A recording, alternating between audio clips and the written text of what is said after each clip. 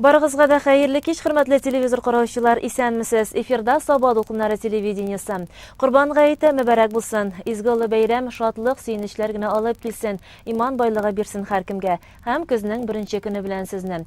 Узып баручы атнаның соңгы хәбәрләре белән бу минутларда атна информацион тапшыруында таныштырырбыз. Студияда Гөлназ Гатаулина. Бүген мөселманнар өчен изге һәм улы бәйрәм Курбан гаете билгеләп үтелә. Аны бөтен дөнья мөселманнары көтеп ала. Билгеле булганча, Курбан бәйрәме Ибраһим галәйһиссәламнән үк килә һәм Аллаһы Тәгаләгә якынаюны аңлата. Бүген районыбыз мәчетләрендә дә бәйрәм гыйбадәтләре кылынды. Саба җәмигъ мәчетенә дин тотучылар иртәнге намазга ук килде. Һәркем гает намазына барып үз бурычын үтәргә, Аллаһы Тәгалә белән әзгенә булса да якынаерга тырыша. Курбан гаете бәйрәм көн, газиз һәм хөрмәтле мөбарәк көндер. Бу көнне кылынган гыйбадәтнең әҗер-савабы гаять зурдыр. Шулай гөнаһ өчендә газап зур булачак. Шуңа күрә бу көнне игелекле гамәлләр генә кылырга, ашкынырга кирәк. Гыйбадәтләр арасында иң хәерлесе курбан чалу. Курбан гарәп теленнән якынаю, Аллаһы Тәгаләгә якынайта торган әйбер дип тәрҗемә ителә. Шәригать билгеләмәсендә исә курбан гыйбадәт нияте белән билгеле бер шартларга туры килгән хайванны махсус вакытта ислам кагыйдәләре буенча чалу дигәнне аңлата. Елдан-елы дин юлына басучылар, Аллаһның барлыгына һәм берлегенә ышанучылар саны арта. Гает намазына да халык күпләп килә. Мәчеттә үткән гыйбадәттә Аллаһы Тәгалә ризалыгы өчен садака салуда зур саваплардан санала. Аллаһы Тәгалә үзен бар һәм бер дип йөрткән бәндәләренә әҗер-савапларын бирсен. Курбан гаете мөбарәк булсын. Бүген 1 сентябрь белән бәйрәме дә иде. Җәйге озын яллардан соң Саба районы укучылары да яраткан мәктәпләренә барды. Кемнәрдер әле беренче тапкыр белем иленә килеп күрсә, икенчеләр булганына өстәп яңа белемнәр туплауны дәвам итәчәк. Белем көнендә үткән тантаналы чаралардан безнең материал. Саба гимназиясе районыбызда иң күп бала белем алучы мәгариф учреждениесе. Бәйрәм линейкасына әти-әниләр озатуында 972 укучы килде бүген.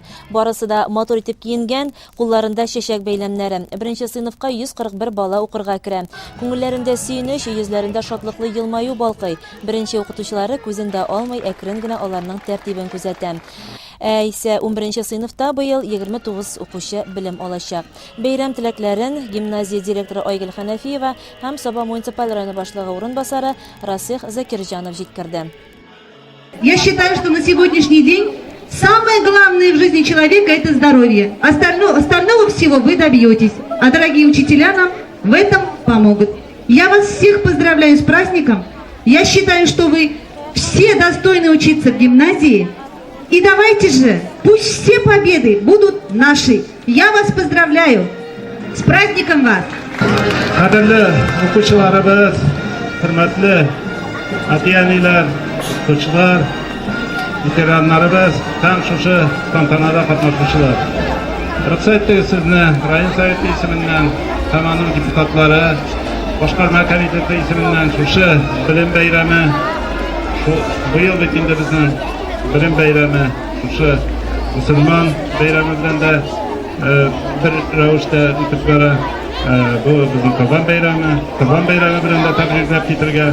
Bizning qarshimizda birinchi sinfga boruvchi o'quvchilarimiz 141 deb bilan men bunda rayonga kelsak, bizning 436 bola bugun birinchi martaba shu maktab bo'lsalar o'qib o'qirga keladilar. Sizga butun mumkinchiliklar maktabning administratsiya tarafidan bütün mümkünçilikler qoldirilgan. Sizga apalaringizni, abilaringizni, o'qituvchi abilaringizni tinglab, yaxshi bilimlar olib, onalaringizni, otalaringizni suyundirganga qolaydi. Яңа уку елы башлануы әти-әниләр, укучы балалар мәктәп коллективы өчен зур вакыйга. Шәмәдән лицейында да бүген тәүге дәрескә чакырып кыңгырау шыңлады. Лицей директоры Илшат Шамилов яңа уку елын ныклы әзерлек белән каршы алуларын билгеләп үтте. Безнең бик зур бәйрәм инде бүген. Мәктәпкә 95 бала килә беренче класска. Мәктәп полностью әзер. Менә кичәгенә матур шундый түбәләр ясап куйдык. Кичә ахыргы шурупларын биреп, менә бүген инде моторлар, флаглар басып, шариклар ашып, каршылабыз балаларны. Мәктәп буялган, пөхтә, бик чиста, бик әзер. Бу елны 747 бала безнең мәктәптә укыдылар.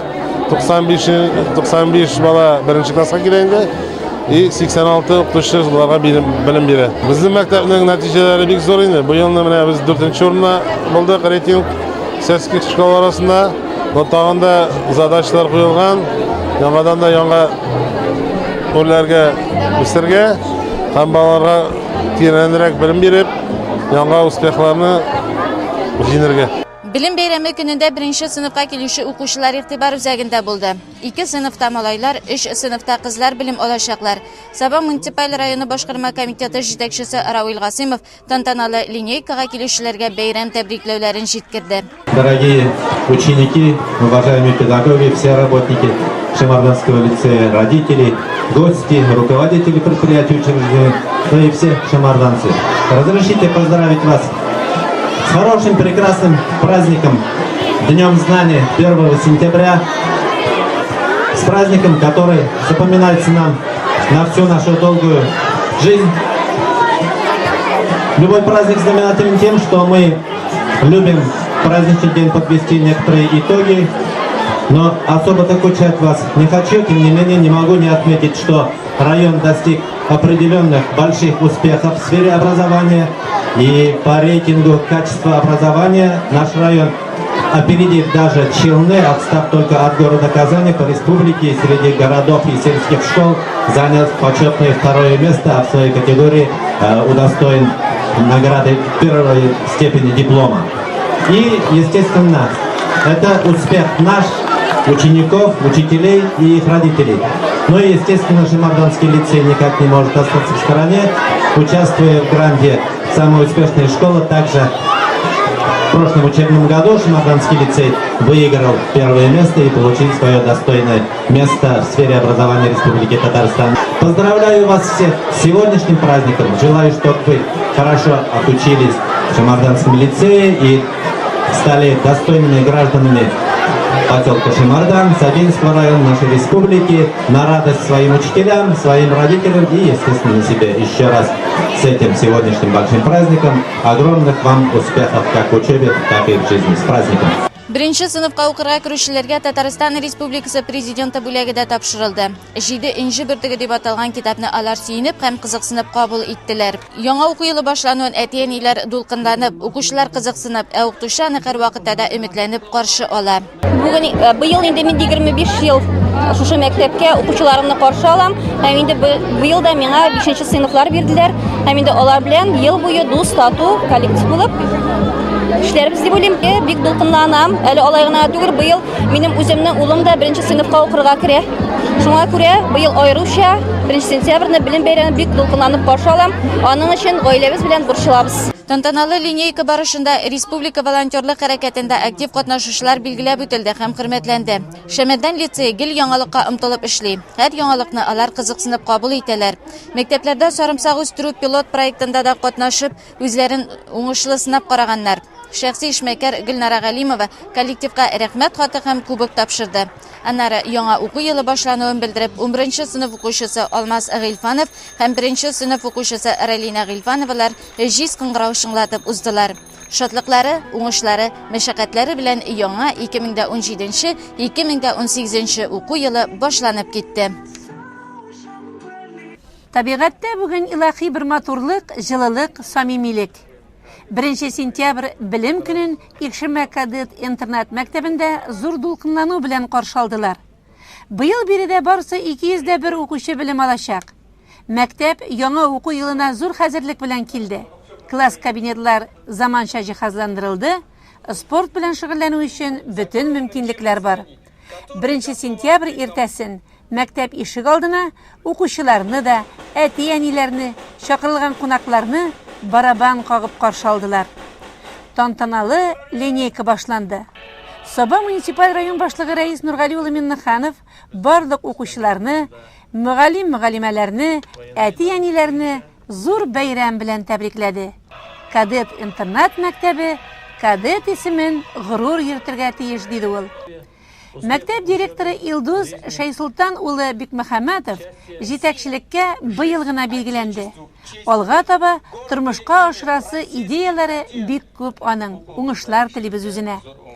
Muhammadshin xo'jaligi yetakchisi Zufar Muhammadshinning esa xo'jalikda jaygi kunlarda ishlagan o'quvchilarga premiyalarda topshirasi bo'lgan ekan. Maktab kollektivina da bo'laklarini berdi u. Тантана үтүче майданга беренче сыйныфка баручы 10 укучы кирде. Аларга Татарстан Республикасы президентының махсус бүләк китаплары тапшырылды. От всей души поздравляю наших учеников, педагогов с Всероссийским днем знаний. Достижение успеха любого человека две, наверное, основные составляющие линии. Это знание и здоровье. И поэтому огромное спасибо нашим учителям, которые вкладывают в наше будущее, наших детей, самое главное из составляющих в жизни – знания. Всем здоровья, успехов, благополучия. От всей души поздравляю вас с Днем знаний. Сегодня и праздник Курбан-Байрам. Разрешите еще, да, сегодня у нас один из двух великих праздников мусульман, Курбан-Байрам. Поэтому всех верующих от всей души с праздником Курбан-Байрам. Сәләмәтлек, бәхет, уңышлар, барша яхшы булсын. Бүген бөтен халыкның зур бәйрәме, 1 сентябрь белем көне. Инде бөтенебез искә төшерәбез 1 мәктәпкә адым ясаганнарыбызны. Шул ук вакытта инде кемдер үз балаларын бүген көндә әзерләп белемгә затты һәм инде кемдер оныкларын, яшьякларын искә төшереп оныклары белән бергә укулары башланды дип әйтергә кирәк. Бunda бит әле балаларга уку түгел, әти-әниләр һәм өлкәннәребез яңадан шушы билим дөньясына кирип китәләр. Мин телим бөтенесенә дә беренчедән тел асқышы бирсен Ходай. Аларга кырыштай сәламәтлек һәм инде тырышлык. Укытучылар үз билимнәрен киләчәктә дә шулай бирсәләр, үзләренең билимнәрен безнең киләчәгебез ул шушы балаларыбыз инде. Бик зур рәхмәт президентыбызга, командасына. Елдан ел бик күп үзгәрешләр. Беренчедән инде ул булган биналарны яхшылату, ремонтлау и яңа мәктәпләр ачылу. Менә республика буенча гына да нинди олы мәктәпләр бүген ачалар. Ул зур куаныч, безнең зур киләчәгебез. Шул вакытта әле билем генә бирү түгел, инде бик бүген көндә таләпкә куелды. Безнең киләчәк буынга бу һөнәрлеккә өйрәтү дигән сүз. Дөрестән дә безнең балаларыбыз күбрәк һөнәрдә булган вакытта безнең киләчәгебез профессионал эшләрне эшләү инде безнең киләчәк бар дигән сүз. Һәм инде без һәр вакытны кирәк булабыз. Ул безнең киләчәк буыныбыз тиз арада фикерләү һәм инде дөрес итеп эшләү. Шуның өчен бик зур рәхмәт яңадан үзебезнең дәүләтебезгә. Инде бу бәйрәм ул берничә елга бер тапкырына туры киләдер. Җомга көн булуы бу мөселман халкына зур бәйрәм бит инде ул җомга саен зур бәйрәм. Аның өстенә тагын Курбан бәйрәм. Шуның өчен менә бу 3 бәйрәм бергә туры килү ул зур әйбер. Инде бүгенге көндәге бу бәйрәм ул халыкның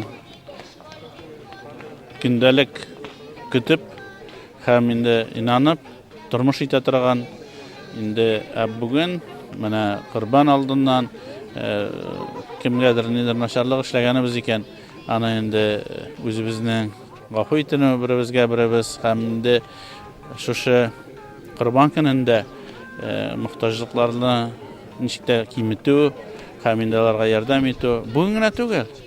Безнең республикабызда ул көндәлек инде эш булып кирип китте. Бөтен халыкка мин рәхмәтле. Берсенә берсе шул хәзер булышалар.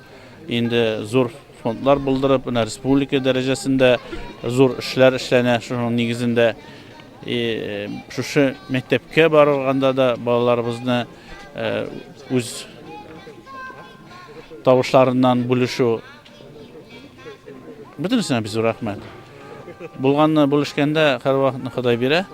Киләчәктә дә бөтенесенә дә уңышлар, исәнлек, саулык, гаилә бәхете, балаларның игелеген күреп, шушы дөньяда менә бүгенге матур көн һәр вакытны безнең тормышыбыз шундый матур була күрсен инде. Район үзәгендәге аграр көллиятның даны бүген республика чикләреннән узып бара. Шулай дияргә тулы хукукыбыз бар. Чөнки бирегә билем алырга республиканың төрле районнарыннан һәм Киров өлкәсеннән дә киләләр. 2017-2018 уку елында аграр көллиятта барысы 445 студент билем алачак. 300 студент тулай туракта тұрып укый. Соба аграр килияте директоры Закиржан Бекмөхәмәтов коллективның укуда да, спортта да, сәнгатьтә да сынатмавын һәм быел да районыбыздан һәм чит җирләрдән студентларның укырга бик күп килүләре хакында әйтте. Бүген 1 сентябрьдә узган билем көнендә студентларның шатлыклы йөзен һәм әти-әниләрнең елмаюын күреп сөендек. Бәйрәм рухы белән уртаклашырга килияткә Соба муниципаль районы башлыгы Рәис Нургали улы Миннеханов, Татарстан Республикасының Салым инспекциясы җитәкчесе Марат Әдиб улы Сафиуллин, районыбызның авыл хуҗалыгы һәм азык-төлек идарәсе җитәкчесе Гафур Шайхулла улы Хәсән шунда килгәннәр иде. Соба аграр килияте авыл хуҗалыгы өчен киң профильле механизаторлар, бухгалтерлар, поварлар әзерләй. Шунысы игътибарга лаек. Килиятте укучылар җәйге каникул көннәрендә үз туган якларында авыл хуҗалыгында эшлиләр һәм бик күп эшләрдә катнашалар.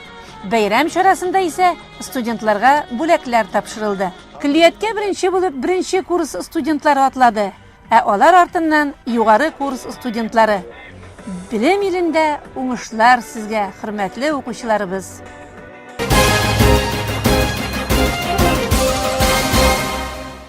Атна информацион тапшыруын алга таба дәвам итәбез. Ә хәзер башка темалар турында. Шушы көннәрдә район мәдәният йортында хезмәткә яраксызлык кагазының электрон вариантына күчү буенча районара семинар булып узды. Биредә Теләче, Кукмара районнарыннан килгән хисапчылар да катнашты. 2017 елның 1 июленнән барлык сораган кешеләргә медицина учреждениеләрендә электрон хезмәткә яраксызлык кагазлары бирелергә тиеш. Башта эшче хастаханәгә бара, бер тапкыр үзенең ризалыгын белдереп гариза яза. Аннан соң аларга хезмәткә яраксызлык кагазының номеры күрсәтелгән карточка биреләчәк. Сама суть внедрения электронной искания трудоспособности для работодателей практически ничего не меняется, только уходит от нас бумажный лист нетрудоспособности. То есть эти те тонны бумаг, которые необходимо было хранить несколько лет у себя, их не будет, все это будет в электронном виде на носителях электронных. Принцип работы заключается в том, механизм заключается в том, что работник, придя в медучреждение, изъявит желание получить больничный лист в электронном виде, ему его оформят, направят в базу в сервера Фонда социального страхования, откуда работодатель их потом путем запроса получит и, дооформив полностью часть заработной платы, направит дальше для расчета Фонда социального страхования. Для расчета и оплаты Фонда социального страхования.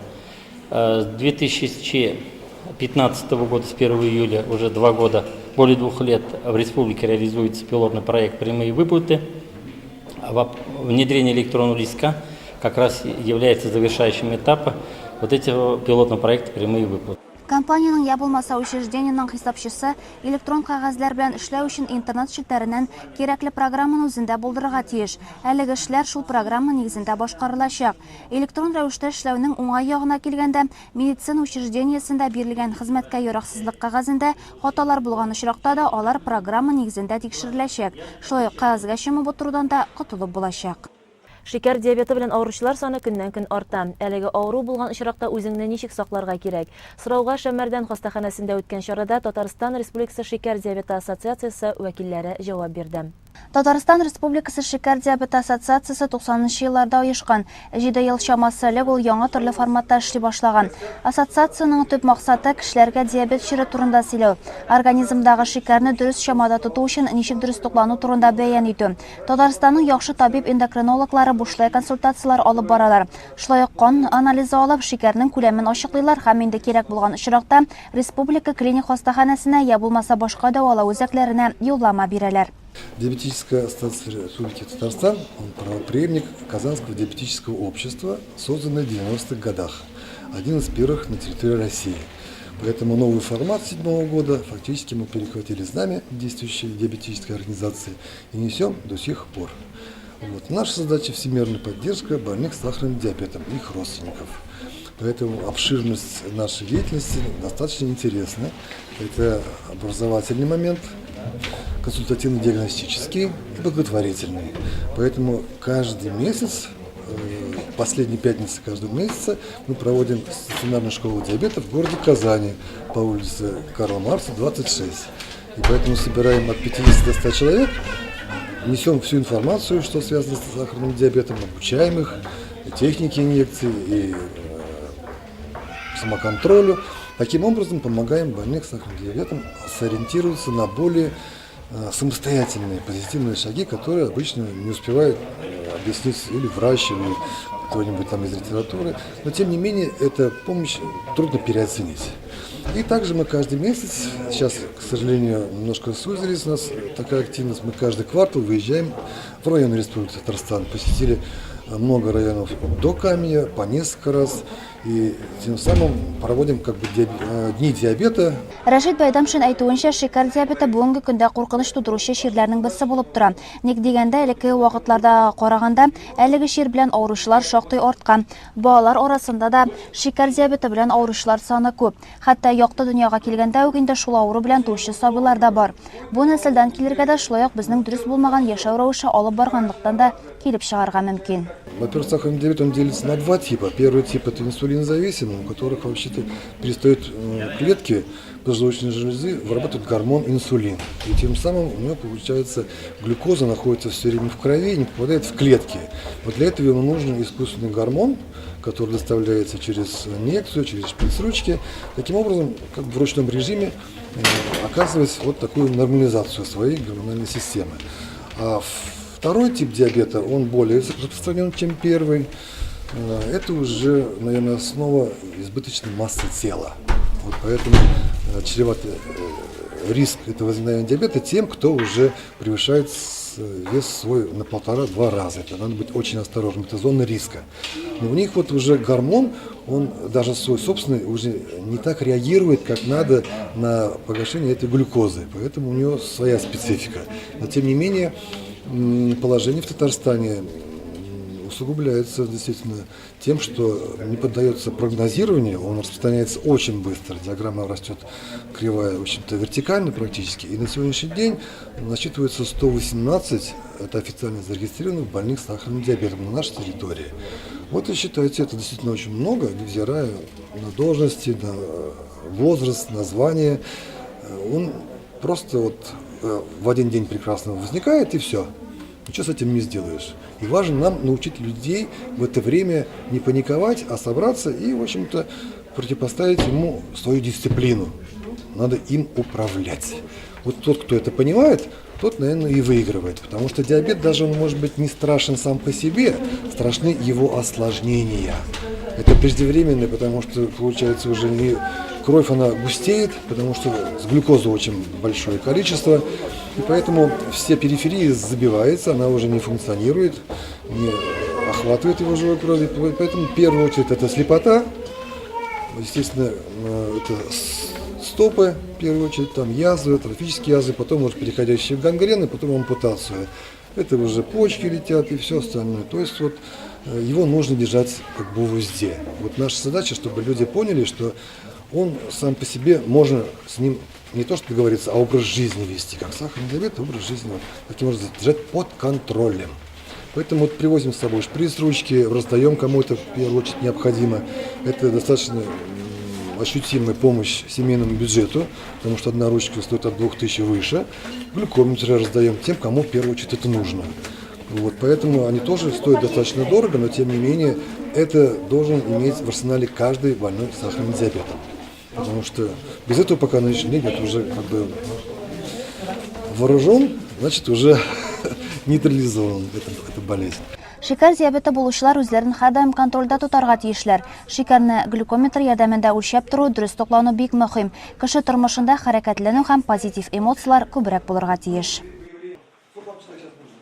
Татар телендә сөйләүче радиолар ел сайын август айында Казансу пляжында волейбол ярышында очраша. Моннан 4 ел элек ул вакыттагы Болгар радиосы башлап җибәргән ярыш хәзер инде традициягә әйләнде. Баштарак Казан шәһәрендә эшләүче радио коллективлары гына бәйгедә көч сынашса, алга таба Тадмедиа акционерлык җәмгыятенә керүче радиостанцияләрдә аларга килеп кушыла.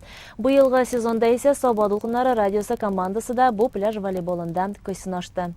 Кейинки ярышка 7 команда келген. Ярышны узган ел җиңүче булган Татарстан радиосы оештырган. Командалар 3 мәйданчыкка бүленде. Дусларча турнирда безнең Саба дулкыннары командасы беренче тапкыр гына катнашса да, зур әзерлек белән килде. 3 көн буе Саба тренерлары уен тәртипләре белән таныштырды, уйнарга өйрәтте. Ярыш шактый озак барды һәм нәтиҗәдә финалга Татарстан, Нократ дулкыннары тәртип, Саба дулкыннары командалары чыкты. Алар үзләренең барлык булган көчләрен биреп җиңү өчен көрәште.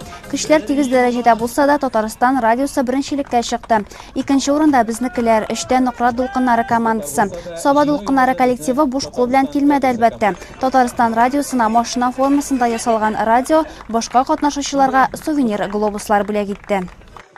30 август Татарстан Республикасы көнем җумһуриятебездә яшәүчеләр өчен зур бәйрәм көн. Бу көнне Татарстан буенча төрле бәйрәм чаралары узды. Сабада ул спорт ярышлары белән билгеләп үтелде. Сабаның Аргамак картодромына иртәнге якта велосипедчылар һәм чаңгы роллерларында шуучылар җыела башлады. Биредә 30 август республика көненә багышлап велосипедчылар һәм чаңгы роллерларында узышучылар ярышы үткәрелде. Сатыш урта мәктәбенең физик тәрбия укытучысы Азат Солтанов: "Без ел дәвамында спорт белән шөгыльләнәбез. Шуңа күрә җиңүләребез дә бар. Җиңүләр ул алдагы ярышларда катнашу өчен стимул булып тора", ди.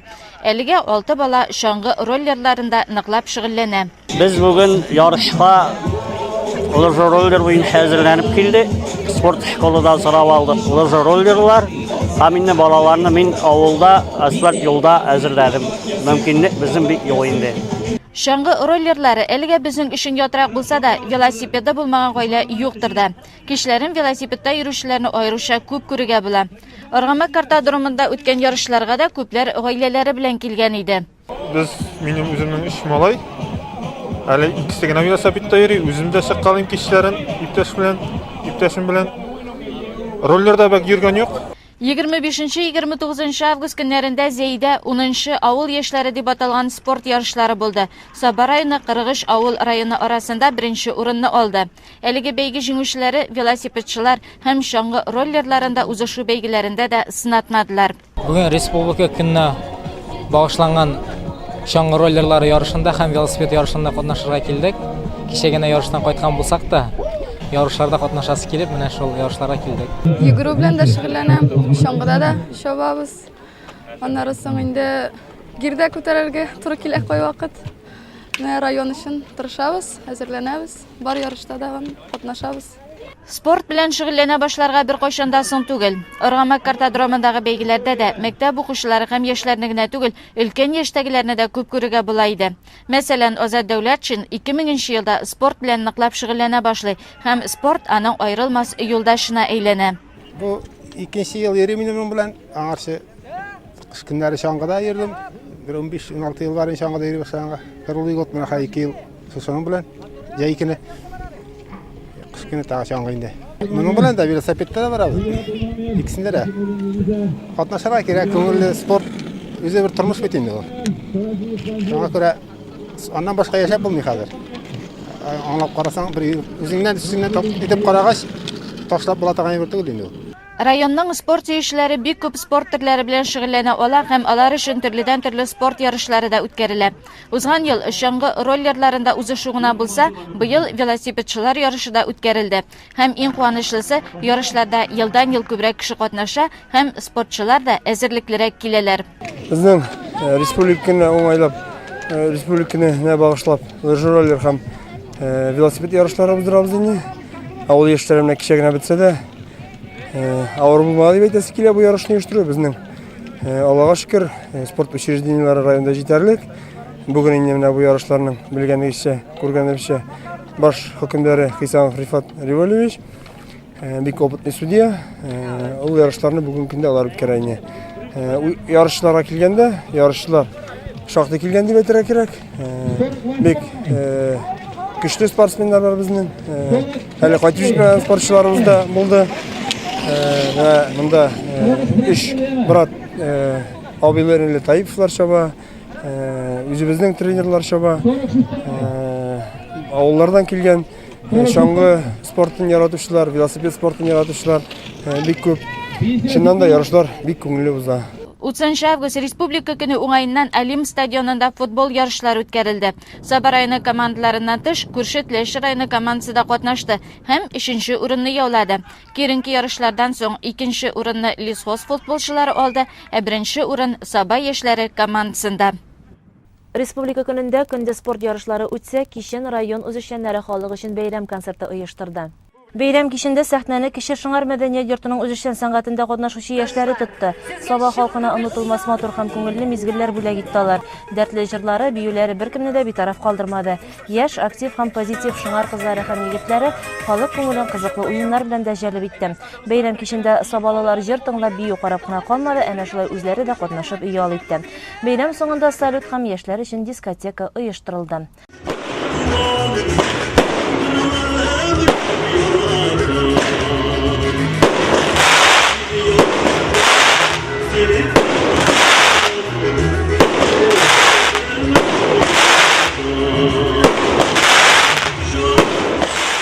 Бүгенгә менә шулар, барыгызны да бәйрәмнәр белән, Ходай исәнлек, саулык, тормыш иминлеге, иман байлыгы бирсен, Корбан гаете мөбарәк булсын.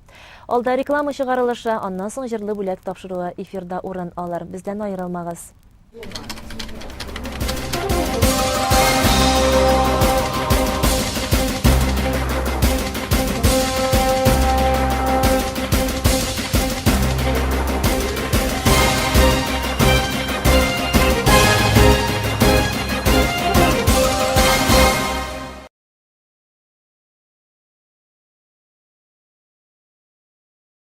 Запомните сами и объясните детям. ВИЧ передается через кровь, половой контакт и от инфицированной матери к ребенку. Центр СПИД Минздрава Республики Татарстан. Пройдите тест на ВИЧ и знайте свой статус.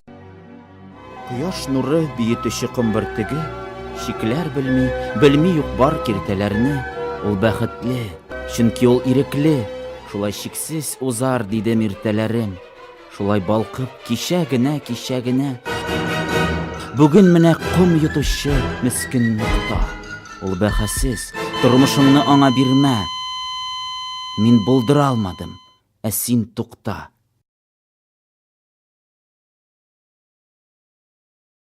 Управление Федеральной налоговой службы по Республике Татарстан напоминает, уезжая в отпуск за границу, проверьте налоговую задолженность в личном кабинете на сайте Федеральной налоговой службы России. Желаем вам приятного отдыха!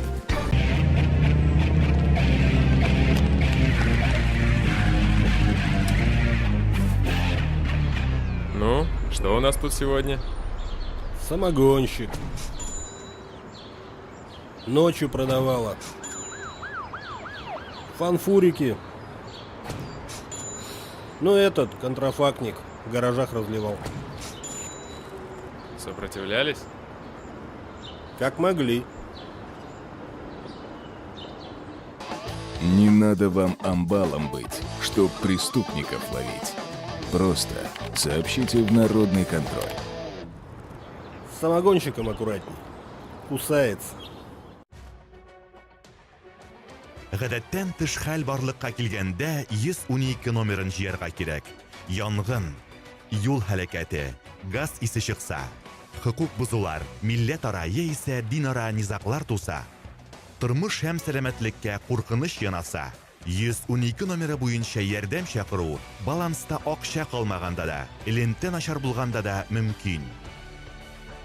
Тормышыгыз имин булсын. Илебездә яшәүче халыкларның уртак тарихы һәм киләчәге бар. Бергә яңа җиңүләргә ирешәбез. Безне гасырлар дәвамында ныгыган дуслык бәйли. Көч-куәтебез йөрәкләр бердәмлегендә. Халыклар төрлелеге, Татарстан байлыгы.